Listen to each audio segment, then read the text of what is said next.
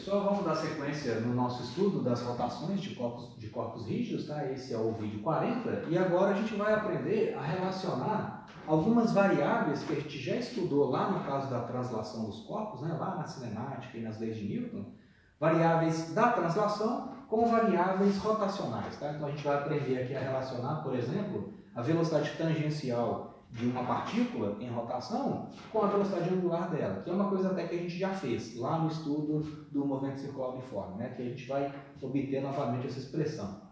E uma outra relação que nós vamos obter entre a aceleração tangencial de um ponto qualquer de um corpo que está em rotação com a aceleração angular daquele corpo. Tá? Vamos estabelecer aquela outra conexão entre uma variável translacional e uma variável rotacional. E aí, por fim, vamos discutir também uma expressão mais adequada para a energia cinética de rotação de um corpo rígido, ok? Em torno de um eixo fixo, tá legal?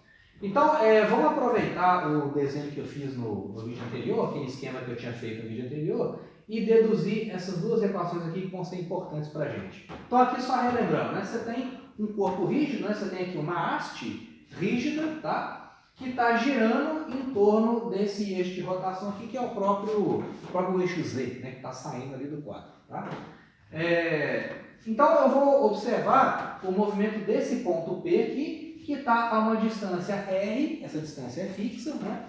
Está a uma distância R do eixo de rotação. E esse cara está executando um movimento circular. Φ é o ângulo medido em relação ao eixo X, tá? Esse ângulo é medido em radianos. E S é o comprimento de arco que esse ponto P descreveu ao sair daqui e vir para cá, né? Então, S é o comprimento de arco associado ao ângulo φ medido em radianos. Qual que é a relação entre os dois? Qual que é a relação entre S e φ expresso em radianos? Pela definição, eu sei que φ é S sobre R, né? O φ é o comprimento de arco descrito pelo corpo dividido pelo raio da trajetória, dividido pelo raio do círculo, né? Então, o elemento de arco dividido por raio é o ângulo correspondente medido em radianos, ou seja, S é igual a Rφ, tá? Então, se a gente pega essa expressão aqui e deriva em relação ao tempo, se eu faço um ds dt aqui do lado esquerdo, vou derivar aqui e vou derivar do lado direito também. Então, ds dt é igual, o R é fixo, né? O raio da trajetória circular desse ponto P aqui, ó, esse raio é fixo, tá? Então, esse ponto, como é um corpo rígido, esse ponto não está oscilando, não está variando a sua distância em relação ao que é o eixo de rotação. Esse R aqui é fixo, tá? Então, esse R não deriva, eu deixo ele aqui, e eu vou ter, então, a derivada dφ dt, né?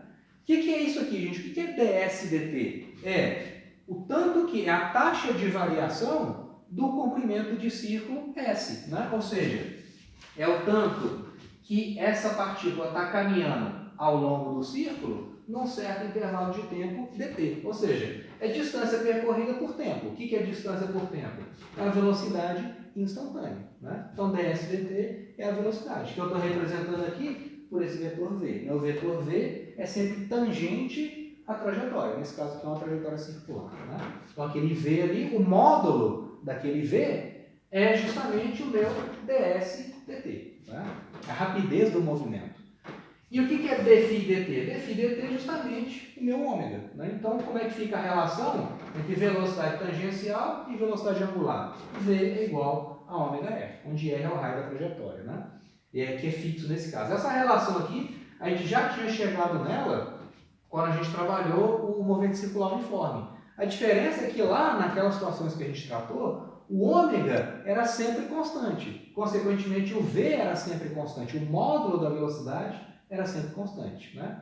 Aqui a gente vai trabalhar com situações onde o ômega não é necessariamente constante, mas a relação entre v e ômega continua a mesma, que essa relação aqui vem justamente da definição de radianos, né? S é igual a Rφ, então se você deriva aquela equação no tempo, você tem que V é igual a ômega r. Se o ômega aumenta no tempo, por exemplo, então o V também aumenta. Se o ômega diminui, o V diminui, né? Então, o V é muito parecido com o ômega, a menos de uma constante que é o raio da trajetória, né? V é ômega r. Então, a relação entre uma variável lá da translação, medida em metros por segundo, e uma variável da rotação, medida em radianos por segundo. Tá? Então, V igual a ômega-R. Aí, se eu pegar essa expressão e fizer mais uma derivada em relação ao tempo, eu vou ter o seguinte, digamos, né, que essa haste, ela não está girando com velocidade constante, não está girando com ômega constante. Digamos que o ômega está aumentando no tempo. Digamos que eu venho aqui e dou um peteleco nela, né, dou um tapa nela aqui, ou seja, aplico uma certa força durante um certo tempo. De forma que essa haste ela vai ganhar velocidade angular e, consequentemente, vai ganhar velocidade tangencial também. Tá? Então, ou seja, eu tenho aceleração angular e aceleração tangencial também. Qual que é a relação entre os dois? É só pegar isso aqui e derivar mais uma vez no tempo. Né? O que é o meu dv/dt? Eu vou derivar do lado esquerdo aqui. Ó. dv/dt é igual. Do lado direito, o r é fixo, não deriva, então deixa quieto aqui, d ômega dt. Olha, gente, o que é dv/dt? É o tanto que é a taxa de variação da velocidade tangencial. Então, a taxa de variação da velocidade tangencial é justamente a aceleração tangencial, né? Medida em metro por segundo ao quadrado. É o tanto que a velocidade tangencial está aumentando ou diminuindo no tempo. É o meu dv/dt. Né? E o que é d ômega dt? A gente já viu no vídeo anterior, né? A taxa de variação da velocidade angular é simplesmente o meu alfa, que é a aceleração angular medida em radianos por segundo ao quadrado. Né? E a relação entre os dois, aceleração tangencial e aceleração angular, é simplesmente essa. Né? A tangencial é igual a alfa vezes r, onde r é o raio da trajetória. Né? Então, digamos aqui, né, em termos de vetores, digamos então que essa velocidade aqui, ela está crescendo no tempo. Né? Eu estou aplicando uma força aqui nessa haste e ela está girando cada vez mais rápido. Então, ela está ganhando tanto velocidade tangencial quanto velocidade angular. Como é que ficam os vetores? Sempre que um corpo, né, uma partícula ali, está ganhando velocidade, o vetor aceleração tangencial vai apontar no mesmo sentido do vetor velocidade. Então aqui, ó, a velocidade está apontando para lá e está aumentando. Digamos, né, que ela está aumentando. Então a aceleração tangencial aponta no mesmo sentido do V. Né? Então, né, aqui está a direção do vetor aceleração tangencial e o módulo dele é alfa vezes r. Né? O valor numérico é alfa vezes r. Tá? E a gente sabe que todo corpo que está executando um movimento circular, também eu tenho uma outra aceleração, que é a aceleração centrípeta. Qual que é o papel da aceleração centrípeta? É desviar a direção do vetor velocidade, mantendo a partícula em trajetória circular. Né? Então, eu tenho aceleração tangencial, que é uma medida da taxa de variação da velocidade tangencial. Né? Então, ela aponta, se o V está crescendo no tempo, a aceleração aponta no mesmo sentido do V, e além da tangencial, eu tenho a centrípeta. Essa aqui modifica o módulo da velocidade e essa aqui modifica a direção do vetor velocidade. Numa situação geral, né, num caso geral de rotação, essa velocidade ela tanto muda de direção quanto varia de intensidade. Ou seja, numa situação geral, eu vou ter as duas acelerações. Lá no caso do movimento circular uniforme, como o V, o módulo do V, era sempre constante, né, porque o ômega era sempre constante, eu não tinha essa aceleração aqui, ó, eu só tinha a centrípeta. Né? Então eu tratava de movimento circular uniforme, ou seja, quando você fala que é movimento circular uniforme, você já está indicando que essa aceleração aqui é zero. Então, o V é constante, o módulo dele é sempre constante. Né? Mas em geral não é isso. Né? Você tem tanto essa aceleração quanto essa. Né? A centrípeta vai ter sempre, a tangencial vai ter quando o módulo da velocidade tangencial mudar. Tá? Então, eu posso somar, né, os dois vetores, né, a tangencial com a centrípeta, e achar o A total. Né? As componentes do A total, que é esse vetor aqui, né, são justamente a tangencial e a centrípeta. Tá?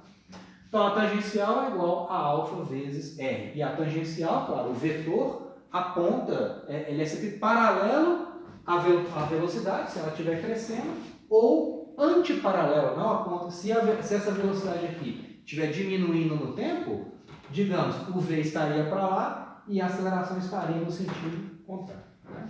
Então a tangencial ou está no sentido da velocidade ou no sentido contrário. Tá? Tem uma ilustração que eu vou colocar para vocês no PowerPoint, né? Não tem como eu mostrar aqui, eu não tenho projetor aqui, né? Mas eu vou disponibilizar para vocês no PowerPoint. É uma ilustração que tem no livro de vocês que mostra na prática mostra essa relação entre aceleração tangencial e aceleração angular, que é o caso de uma chaminé, essas chaminés de fábrica, aquelas chaminés compridonas, né? Quando uma chaminé daquela ela cai, você vê que durante uma certa parte do movimento, essa chaminé ela se comporta como um corpo rígido, e aí quando ela atinge uma certa altura, né, uma certa etapa desse movimento de queda, ela se rompe, ela se racha, né, e aí começa a cair em queda livre. Então você tem uma situação, isso vai ficar claro lá no PowerPoint que eu vou mandar para vocês. Mas a situação é essa aqui, ó, fazer só um rascunho dela aqui, ó. Você tem assim, é uma chaminé que inicialmente está aqui na vertical, né? Vou botar aqui assim, ó.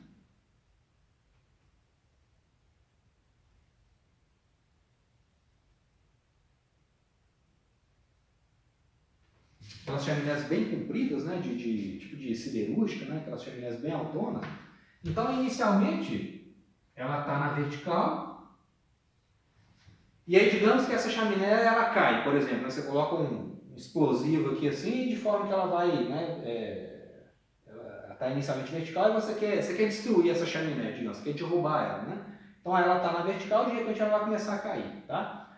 Aí a gente percebe o seguinte, né? Durante uma certa parte do movimento, essa chaminé ela cai como um corpo rígido, como se fosse uma haste rígida. Então, enquanto ela está se movimentando, enquanto ela está inteira, se movimentando como um corpo rígido, ela obedece essa relação. A aceleração tangencial de cada um dos pontos dessa chaminé é igual à aceleração angular vezes o raio. A aceleração angular, repara, gente, o alfa é o mesmo para todos os pontos do corpo rígido, porque o alfa não é d ômega dt, e o ômega não é o mesmo para todo mundo, né? Que eu falei para vocês no vídeo anterior. No caso de rotação de corpos rígidos, todas as partículas do corpo percorrem ângulos iguais em tempos iguais. Então, o ômega é o mesmo para todo mundo. Essa aqui é a vantagem de você usar o conceito de velocidade angular. O ômega é o mesmo para todas as partículas, tá? Então, se o ômega é o mesmo, a derivada do ômega vai ser o mesmo para todo mundo. Então, o alfa é o mesmo para todos os pontos do corpo. Agora, a aceleração tangencial vai ser diferente de ponto a ponto, porque a tangencial é o alfa vezes o raio. Então, enquanto esse corpo está se movimentando como um corpo rígido, enquanto essa chaminé está caindo na forma de um corpo rígido, cada um daqueles pontos obedece a essa relação. O alfa é igual para todo mundo, mas o A muda de acordo com o R. O que acontece? A gente verifica na prática, em geral, quando essa chaminé ela chega numa certa parte aqui do movimento, ela se rompe. Então, quando ela chega aqui assim, por exemplo, ó, digamos, tá? Ela chega aqui nessa parte do movimento de queda, aqui ela tem uma ruptura, aqui assim. Por que isso acontece, gente? Olha só, isso aqui, essa ruptura, é justamente consequência dessa relação aqui, ó. Enquanto a haste está caindo na forma de um corpo rígido, o que eu tenho? Vamos pegar, por exemplo, um ponto que está aqui assim, na extremidade dessa chaminé, né? E um ponto aqui, nessa região central. Vamos comparar a aceleração tangencial desse ponto e desse ponto. Olha só, você tem aqui a aceleração tangencial, vamos pegar esse ponto que eu vou chamar de 1 aqui, esse ponto na extremidade, e esse outro ponto aqui, aceleração tangencial do ponto 2. Olha só, gente, o alfa é o mesmo, tanto para essa região da chaminé que está caindo, quanto para esse. Mas compara o raio da trajetória desse ponto com o raio aqui. Ó. Aqui está o eixo de rotação, né? Aqui assim. Então, o raio de rotação desse ponto é muito maior do que esse. Consequentemente, a aceleração tangencial desse ponto aqui, ó, é muito maior do que a aceleração desse ponto, né? A aceleração tangencial da partícula 1, né, ou seja, da extremidade aqui da chaminé, vai ser alfa vezes R1. A aceleração tangencial de um conjunto de pontos lá, né, a aceleração tangencial dessa outra região aqui da chaminé, vai ser alfa, o mesmo alfa, vezes R2. Como o R1 é maior do que o R2, essa aceleração aqui é muito maior do que essa. Inclusive, dependendo do tamanho da chaminé, se essa chaminé tiver dezenas de metros, pode acontecer da aceleração da extremidade da barra superar a aceleração da gravidade. Quando você faz o cálculo do alfa R, se o R for muito grande, essa aceleração aqui pode até superar a aceleração gravitacional. Isso aqui pode ser maior do que 10 metros por segundo ao quadrado. Quando isso acontece, como essa parte da chaminé se move com uma aceleração muito maior do que as outras camadas da chaminé, isso gera uma tensão, um conjunto de tensões internas na estrutura da chaminé, e o concreto vai chegar uma hora que o concreto, que inicialmente estava mantendo a chaminé na forma de um corpo rígido, esse concreto não vai suportar essas tensões internas, essa tensão de cisalhamento que acontece no interior dela devido a essas diferenças de aceleração. Então vai chegar um momento aqui na queda onde a chaminé vai se romper, tá ok? Então quando essa aceleração aqui, se essa aceleração aqui for grande demais, né, pode até superar a aceleração gravitacional, essas tensões internas no concreto, que a gente chama de tensões de cisalhamento, elas ficam altas demais e a chaminé não aguenta, ela vai se romper. A partir do momento que ela se rompe, aí cada um dos fragmentos vai cair na forma de queda livre, né? Aí já não tem mais nada a ver com essas equações aqui, né? Já é movimento de queda livre, ok? Mas enquanto ela está girando na forma de corpo rígido, ou seja, antes de romper, o movimento da chaminé obedece essas equações. Tá? E é por causa disso que acontece a ruptura. Tá legal? Então isso vai ficar mais claro na ilustração lá que eu vou mandar para vocês. Tá, ok? Mas é uma aplicação prática dos conceitos, né? De aceleração tangencial, a relação, né? Entre a aceleração tangencial e a angular. Só reforçando, qual que é a vantagem da gente utilizar o alfa ao invés do A, embora os dois estejam relacionados? É que o alfa é o mesmo para todo mundo. O A depende do R. Ok? E aqui é a mesma coisa, né? O ômega é o mesmo para todo mundo, no caso de um corpo rígido, mas o V depende do raio da trajetória. Tá? Então, feito isso, pessoal, vamos passar adiante aqui no nosso estudo e vamos tratar agora de um outro conceito, né, que é a energia cinética rotacional. Né? Eu quero agora achar uma expressão mais adequada para a energia cinética de rotação de um corpo rígido em torno de um eixo fixo de rotação. Tá? Então, digamos que você tem aqui um corpo qualquer, tá? um formato geométrico qualquer, é um corpo rígido, que está girando com velocidade angular ômega em torno desse eixo aqui. Ó, tá? Então, eu quero achar uma expressão para a energia cinética total das partículas que formam esse corpo. Tá? Então, eu tenho que partir da fórmula de energia cinética que eu já conheço, que é o meio de mv2. Né? O que seria a energia cinética total desse conjunto aqui de partículas? Vai ser a soma das energias cinéticas de cada uma das partículas que formam aquele corpo. Né? Então, aqui, ó, a energia cinética eu represento por essa letra K, né? K é a energia cinética, que é energia cinética dessa partícula, mais a dessa, mais a dessa, mais da outra, mais de todas as outras. Então, vai ser meio de mv2 da partícula 1. Essa partícula 1 aqui, ó, a distância dela até o eixo de rotação, eu estou chamando de R1. É o raio da trajetória, né? Essa partícula aqui, ó, a distância dela até o eixo de rotação é R2, é o raio da trajetória dela. Tá? Então, o que é a energia cinética dessa partícula aqui? Ó? É meio de mv2, meio de m1, v1 quadrado. Energia cinética dessa outra partícula, meio de m2, v2 ao quadrado. Eu vou somando para todas as partículas que formam aquele corpo. Né? Então, aqui vai ter meio de m3, v3 ao quadrado, mais meio de m4, v4 ao quadrado, e assim sucessivamente. Até a enésima partícula e forma aquele corpo. Né? Então, meio de mn Vn ao quadrado. Tá? Então, o somatório daquelas muitas parcelas ali, né, vai me dar a energia cinética total desse corpo. Tá? Mas eu quero escrever aquilo ali de uma forma mais simples. Né?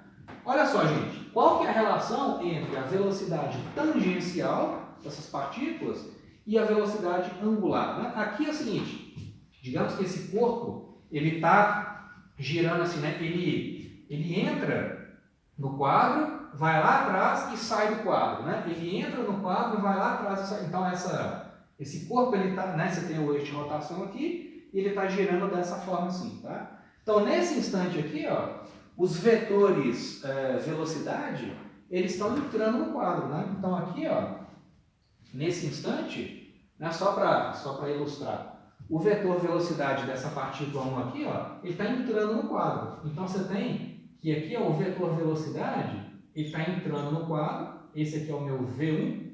Sempre que um vetor está entrando no papel, né, está entrando no quadro, eu represento por esse xzinho aqui. Né? Então, é um vetor que está entrando. É uma simbologia que a gente usa. Tá? Então, esse aqui é o meu V1 e aqui é o meu V2. Né? É o V da partícula 2 apontando para dentro do quadro. Tá legal? Então, o que são os módulos de cada uma dessas velocidades das partículas? A gente vai. Velocidade é ômega vezes R. A relação entre velocidade tangencial e velocidade angular é essa aqui. Então, o meu V1 é ômega, que é o mesmo para todo mundo, vezes R1. Tudo isso ao quadrado. Quem que é o V2? É o ômega, igual para todo mundo, R2 ao quadrado. Mais várias coisas. Quem que é o Vn? Ômega, Rn ao quadrado. Esses R's são as distâncias da partícula ao eixo de rotação. Distância da partícula até o eixo de rotação. Tá? Então, olha só, como é que fica esse somatório aqui? O ômega é o mesmo para todo mundo. Né? As partículas percorrem ângulos iguais em tempos iguais. Né? Isso é corpo rígido. Tá? Então, esse ômega ao quadrado aqui, ó, vai aparecer para todo mundo. E esse fator de meio aqui também aparece para todo mundo. Então, eu vou colocar em evidência naquele somatório. Né? Então, eu vou ter meio de ômega ao quadrado, vezes o que sobrou? M1, R1 quadrado está aqui, mais massa da partícula 2, distância dela até o eixo de rotação ao quadrado, mais várias coisas. Massa da enésima partícula, vezes o raio da trajetória circular dela, a enésima partícula elevado ao quadrado. Então, essa expressão aqui, esse somatório, né, de muitas partículas, eu escrevo isso aqui de uma forma mais compacta, usando aquela notação de somatório, né, que vocês já devem ter visto lá no cálculo. Tá? Esse conjunto de parcelas aqui, esse somatório de muitas parcelas, eu represento como um somatório de igual a 1 até m, né? E igual a 1 até n, é só o índice aqui do somatório. Né? É um somatório de NI, RI ao quadrado. Né? Esse símbolo de somatório é justamente esse conjunto de parcelas aqui. Tá? Somatório de NI, RI ao quadrado. Tá? Essa grandeza, NI, RI ao quadrado, esse sujeito todo, eu dou um nome para ele. Eu dou o nome de inércia rotacional daquele corpo. Ou também momento de inércia, tanto faz. Tá? Inércia rotacional ou momento de inércia. Tanto faz as duas notações. Tá? Então, como é que fica a expressão, agora mais compacta, para a energia cinética rotacional de um corpo rígido? A energia cinética vai ser meio de inércia rotacional, ó, meio de inércia rotacional vezes ômega ao quadrado. Vezes ômega ao quadrado. Olha só como é que essa expressão aqui é parecida com o caso da translação, que é meio de mv2. Né? O meio está aqui.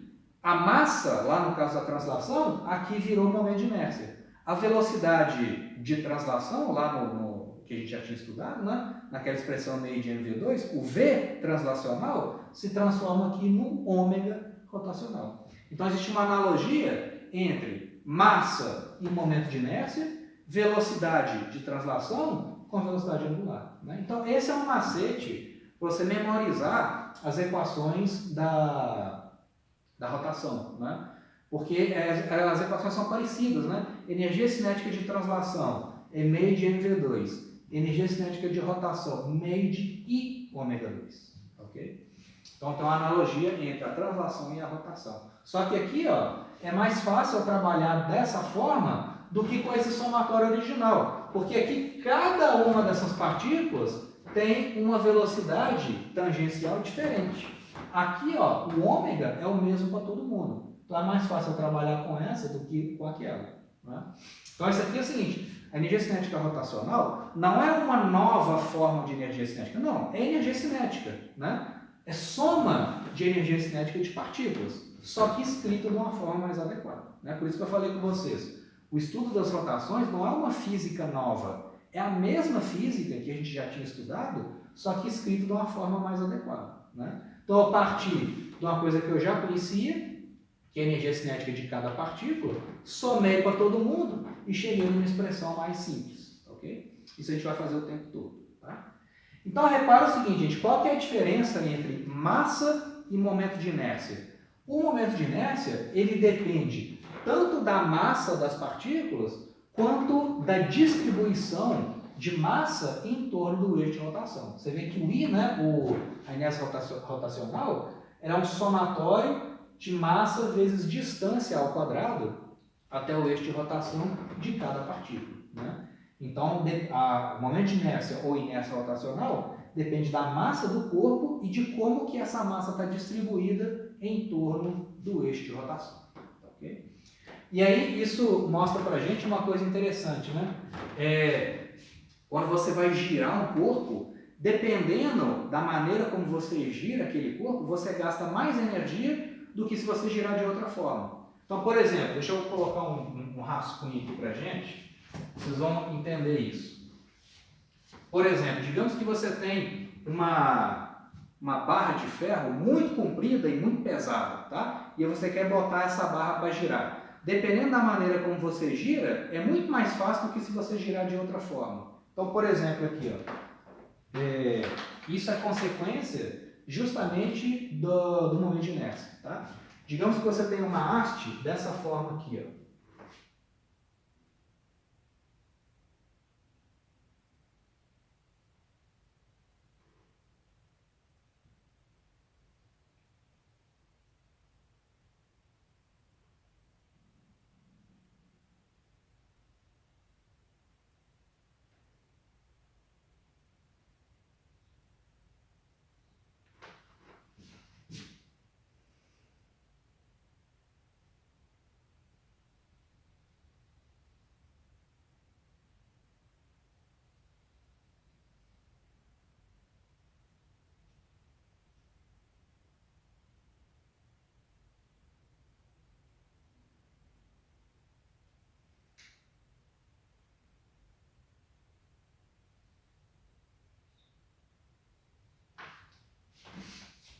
Então, olha só, gente, digamos que você tem uma haste rígida, né? uma barra de ferro, de aço, bem comprida, e você quer girar essa barra de ferro de duas maneiras diferentes. Você quer girar essa barra de ferro em torno desse eixo de rotação ou em torno desse outro eixo de rotação aqui. É a mesma barra, tá? Então, digamos, né, que esse meu apagador aqui fosse uma barra de ferro bem compridona. Eu posso girar essa barra de ferro em torno de um eixo de rotação que passa por aqui, eu posso girar dessa forma, assim, ou eu posso girar em torno do eixo de rotação que passa por aqui, ó. Posso girar dessa maneira aqui, assim, tá?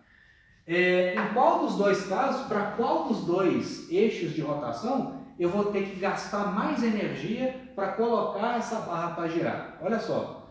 E digamos que tanto aqui quanto aqui, nessas duas situações, o ômega é o mesmo, tá? Então, quanto maior a energia cinética de rotação em cada caso, mais energia eu tenho que gastar para colocar aquele corpo para girar. Né? Então, o ômega é o mesmo para todo mundo. Quanto maior o momento de inércia, maior a energia cinética rotacional. Ou seja, mais energia eu tenho que gastar para botar a barra para girar. Então, em qual dos dois casos será que o momento de inércia, ou inércia rotacional, é maior? Será que a inércia rotacional é maior aqui ou maior aqui? Olha só. O momento de inércia, ou inércia rotacional, depende da massa das partículas e da distância de cada uma delas até o eixo de rotação ao quadrado. Né? Então, olha só, gente, nessa configuração aqui, ó, nessa situação, a distância de cada pedacinho dessa barra até o eixo de rotação é essa distânciazinha aqui, ó, né? Peguei aqui, ó, peguei um pedacinho dessa barra e a distância desse pedacinho até o eixo de rotação é justamente esse pedacinho aqui, ó, né? Então, a distância desse elemento de massa aqui, desse pedacinho da barra até o eixo de rotação, é essa distânciazinha aqui, ó. Então, você vê que aqui, ó, nessa configuração, a distância de cada partícula até o eixo de rotação é pequena. Esses Rzinhos que aparecem aqui, ó, na expressão da inércia rotacional, esses R são pequenos. Então, aqui, ó, o momento de inércia nessa configuração é pequeno. Agora aqui, ó, compara só. Nesse caso aqui, ó, eu tenho algumas partes dessa barra tão próximas do eixo de rotação, mas parte dela, vamos pegar, por exemplo, um pedacinho da barra, aqui assim, ó, vamos pegar um elemento de massa dessa barra que está aqui, ó. Olha só a distância dela até o eixo de rotação. É muito maior do que nesse caso aqui, ó. Então aqui, em geral, em média, as partículas estão mais distantes do eixo de rotação do que essa aqui, ó. Então, em média, esse R para essa configuração é maior do que para essa configuração. Então, aqui eu vou ter um momento de inércia grande.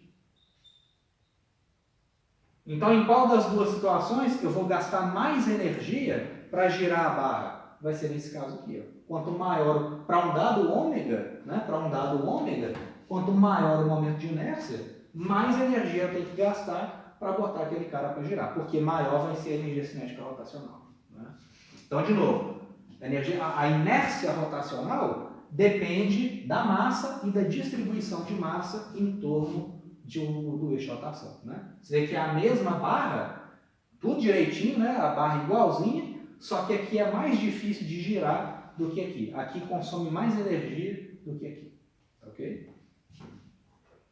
Então, isso é consequência da expressão da energia cinética rotacional. Tá? Aí, só para a gente fechar esse vídeo, vamos só fazer um exemplo aqui bem simples, tá? Aplicando aquela expressão ali de inércia rotacional. Então, digamos que eu tenho o seguinte, exemplo.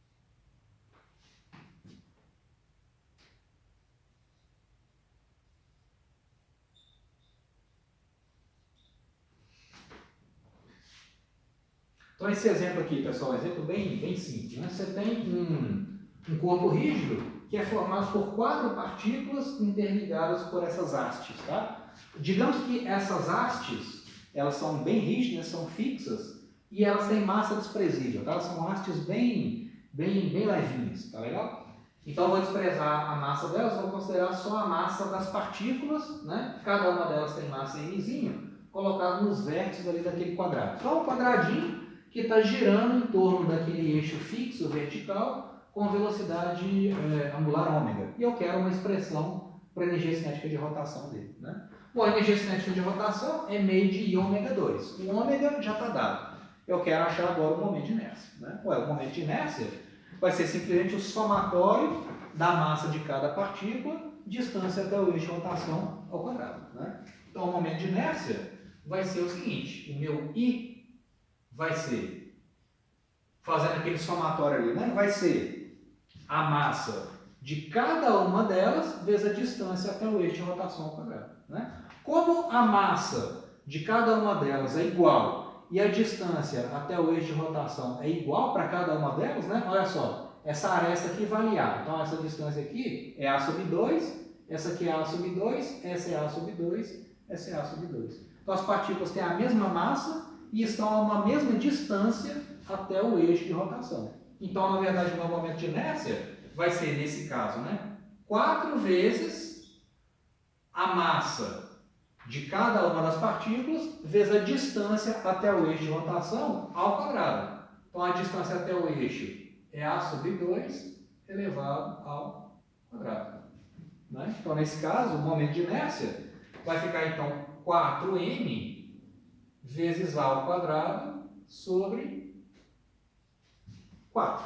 Né? Então, vai dar simplesmente a massa de cada uma delas vezes A ao quadrado. Né? Então, como é que fica a energia cinética de rotação? O K rotacional vai ser simplesmente, vai ser meio, né? Meio de momento de inércia, que é MA2 vezes ômega 2.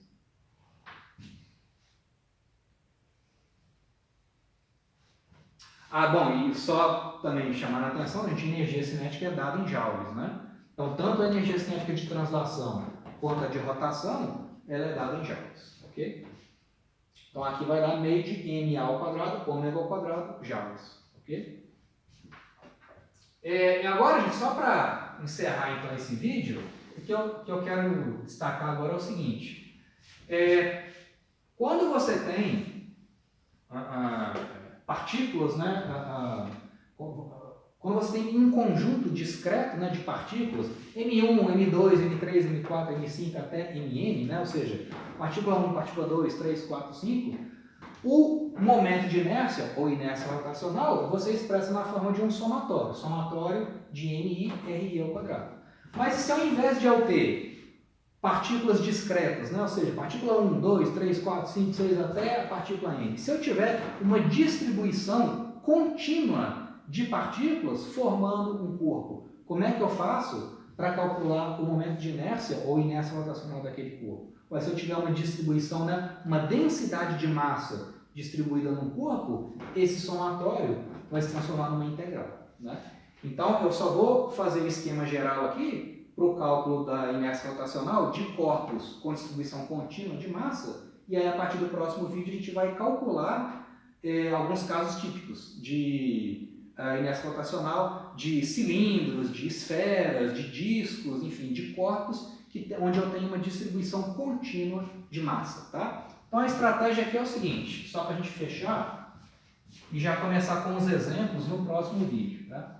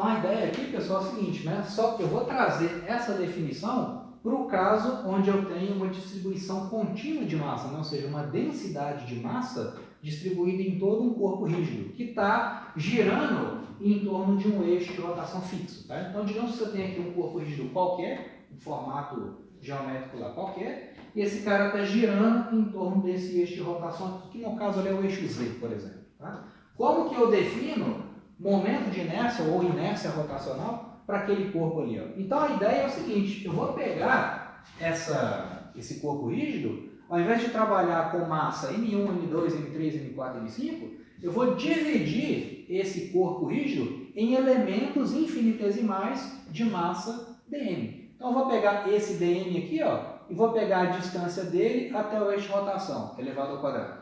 Depois eu vou fazer a mesma coisa para um outro elemento de massa aqui de baixo. Vou pegar um dm, um elemento de massa infinitesimal, colocado aqui, e a distância até o eixo de rotação ao quadrado. Faço a mesma coisa para um outro elemento de massa aqui, ó.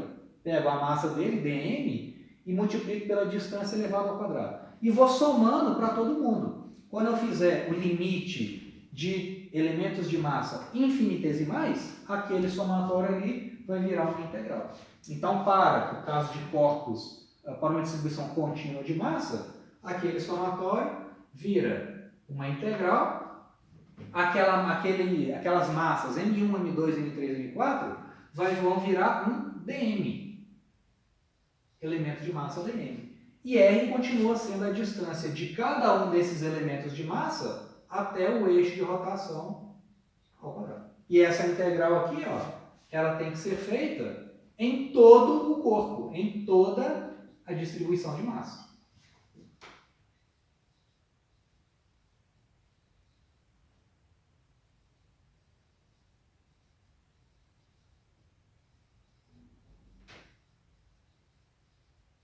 Então, uma integral de R2dm, e essa integral tem que ser calculada em todo o corpo. Tá? Então, aí, claro que cada caso é um caso. Né?